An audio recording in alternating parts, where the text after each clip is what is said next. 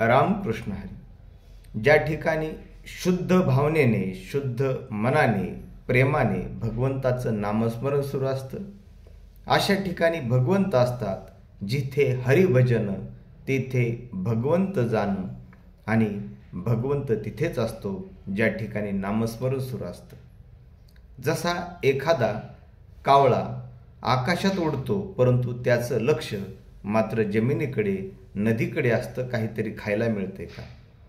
एखादा बगळा टक लावून ध्यानाला बसल्यासारखा असतो आणि मासा दिसताच उचलून घेतो. त्याप्रमाणे आपलं मन हे भगवंताकडे लावावं.